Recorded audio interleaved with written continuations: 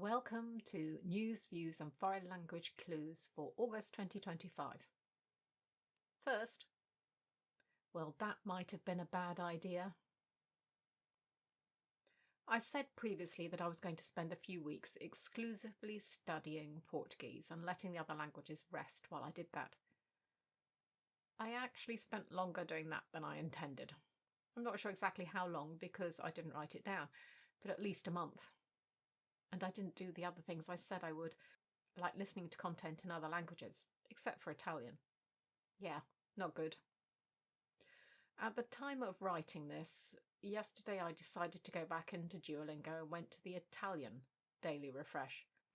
It started off well, the first few sentences, and then it went badly downhill, where I couldn't think of some quite simple words, only the Portuguese and Spanish equivalent, which was basically the same word. Oops. I did one lesson and stopped. Why was that so bad? I had been reading in Italian that day. A little later on, I did the same thing with French, but went to the Italian to French so I could do the daily refresh. Again, started off quite well, then totally went off the rails. I didn't even finish that lesson. I hadn't read anything in French for a few weeks, but I had read something during this process, but not listened to anything. Looks like I have a little catching up to do. I'm not worried about it. I'm certain it'll come back, but I am a little annoyed with myself. I shouldn't have spent so much time just doing Portuguese, especially after the Duolingo update, because I wasn't learning much. But it does prove to me that you shouldn't just read in a language if you want to keep it active in your brain. You do actually need to test yourself by creating sentences that you haven't dreamt up yourself. That is the only way to test yourself without your personal bias. I don't think it has to be a lot of time each day or even each day, but you do have to do it regularly or that ability will begin to degrade. So I'm starting up my rotation of languages again, but I have decided that I'm not going to go any further with Welsh. When I started it, I knew that Duolingo was only teaching me spoken Welsh, and that is an issue because it makes reading anything very difficult. I have searched around to find other resources, but the good resources are very expensive. That is a barrier for me. I don't have a lot of disposable income, and if I'm honest, I'd rather spend it elsewhere. I might still listen to Welsh, but that's going to be the extent of it. So what will the rotation be? I think I'm going to put Italian and Portuguese together and French and Spanish together in terms of Duolingo. That will give the most separation on the different days.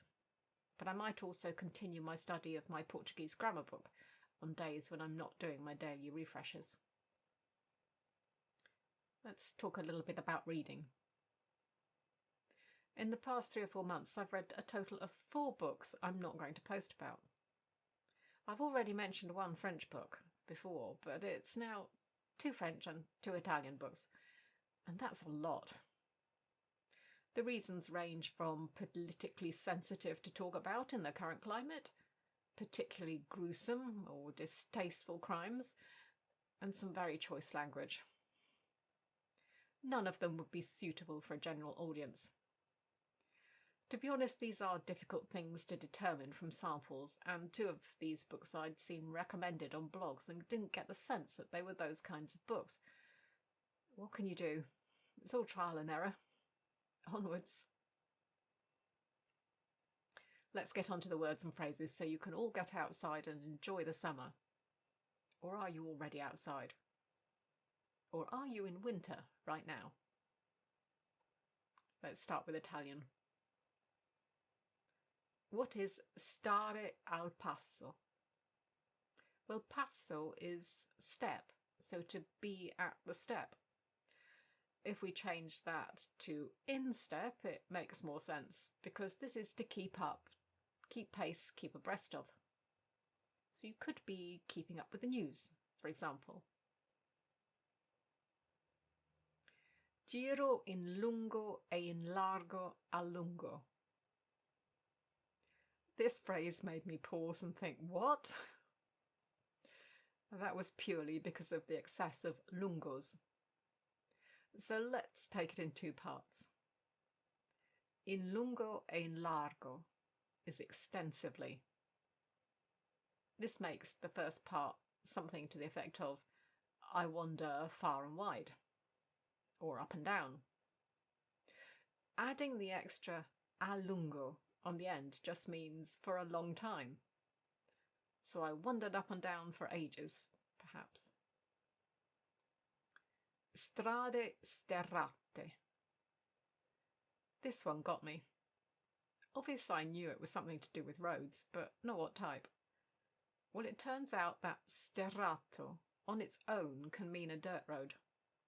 But we have strade here as well.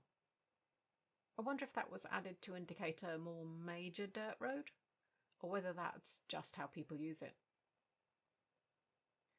Comuni mortali. What does this mean?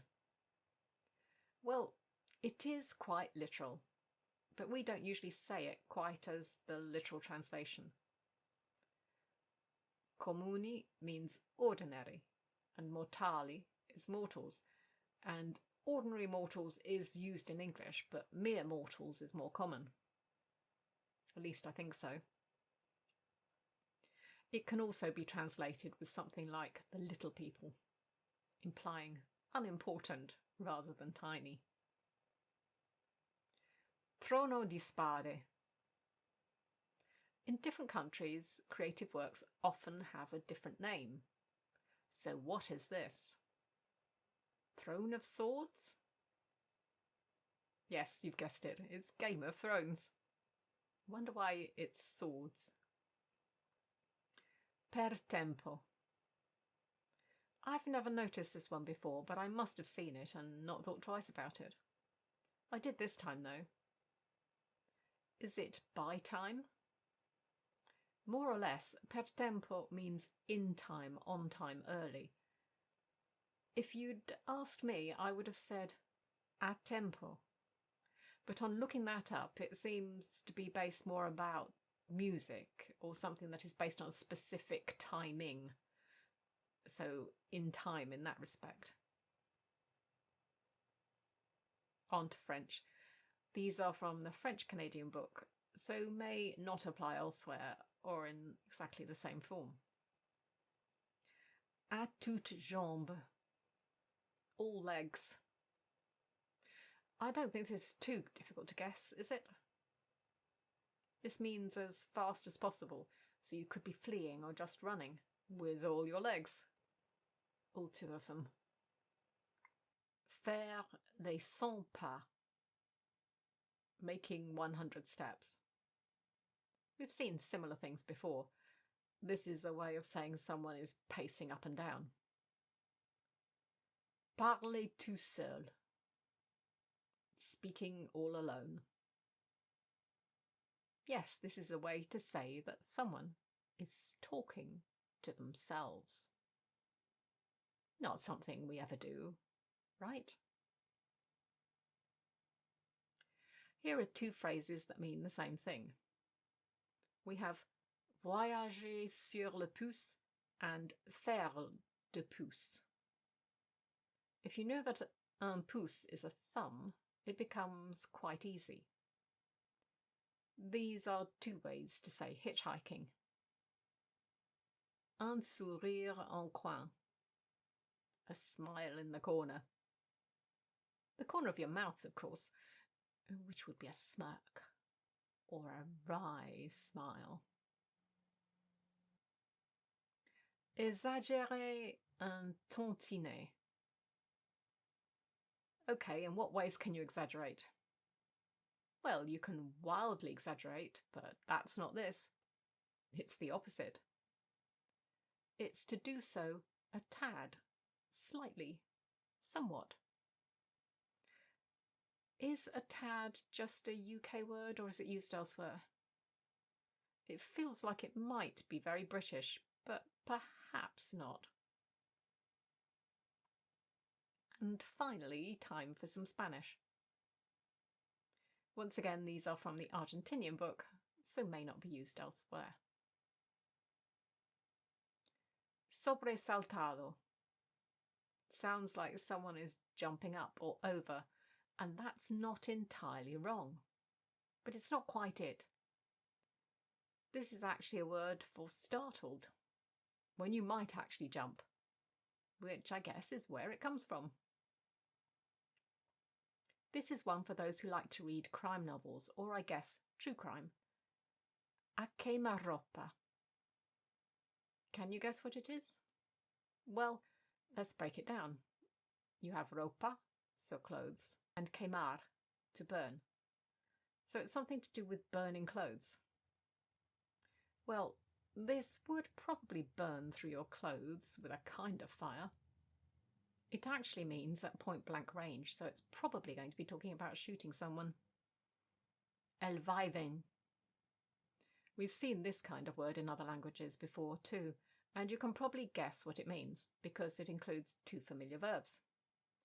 Yes, this is the coming and going, ups and downs, to and fros, or can even mean rocking or swinging. La pleamar. This one is not so obvious, but might be better guessed in context. That's because the word mar is hidden in this one. Without the context, you probably wouldn't notice that. This is high tide, so I'm guessing that plea is a contraction of plena, meaning full. Los quehaceres. This one is quite easy. The that to-dos. The chores, tasks, duties. The things that need to be done. Los tres empezaban a hablar en plural. I tried searching on hablar en plural, and it came up with a wide variety of sentences about talking in multiples about things. But in this sentence, the only thing that makes sense to me is that they all began to speak at the same time, talking over each other. I don't think it can be common, or it would have come up as that elsewhere, but it's definitely something we do all the time.